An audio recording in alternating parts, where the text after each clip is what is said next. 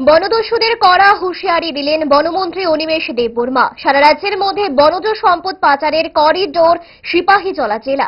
এই জেলার বন মাফিয়াদের বিরুদ্ধে নেওয়া হবে কড়া পদক্ষেপ।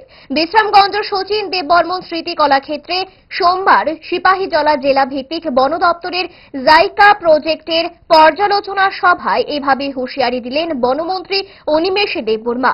অনুষ্ঠানে অন্যান্যদের মধ্যে উপস্থিত ছিলেন সিপাহীজলার জেলা পরিষদের সভাধিপতি সুপ্রিয়া দাস দত্ত, জেলা বন দপ্তরের আধিকারিক সহ বনকর্মীরা। সবুজায়ন রক্ষা করার ক্ষেত্রে সমস্ত বনকর্মীদের সঠিকভাবে দায়িত্ব পালন করার বিষয় নিয়ে অবগত করেন বনমন্ত্রী। সিপাহীজলাটা হচ্ছে স্মাগলিং এর করিডোর।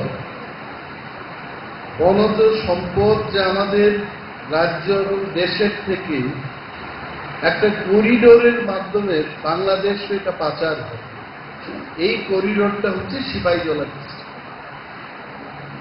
বেশি সংখ্যায় এখানে ইলিগ্যাল শ্রমিক